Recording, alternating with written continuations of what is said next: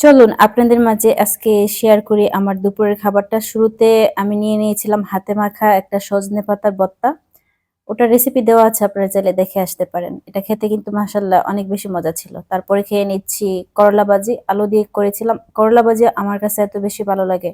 মনে হয় যে ১২ মাস কেউ আমাকে খেতে দিলে আমি খেতে পারবো।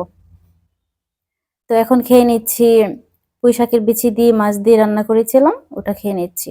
ওটাও আমার কাছে অনেক বেশি ভালো লাগে খেতে।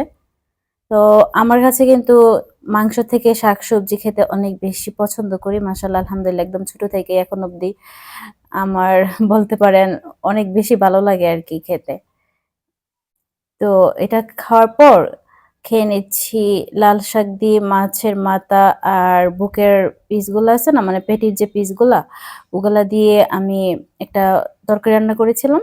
ওটা দিয়ে খেয়ে নিচ্ছি। এটাও খেতে কিন্তু মাশাআল্লাহ আলহামদুলিল্লাহ অনেক বেশি মজা লাগছিল। তো খাবারগুলো দেখতে আপনাদের কাছে কেমন লাগছে বা লাগতেছে জানি না। আমার কাছে কিন্তু আলহামদুলিল্লাহ অনেক বেশি ভাল লাগতেছিল। আর আমি একটা কথা বলি, আমার ভিডিওতে বলা কথার মধ্যে যদি কোনো ভুল ত্রুটি থাকে এগুলা প্লিজ ক্ষমা সুন্দর দৃষ্টিতে দেখে নিবেন।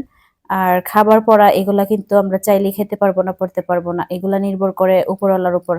আল্লাহ আমাদের রিজিকে যখন যা রাখবে তাই আমরা খাবো, তাই পড়বো। তো তার জন্য আলহামদুলিল্লাহ শুকরিয়া, আল্লাহ আমার রিজিক আজকে এত ভালো খাবার রাখছে।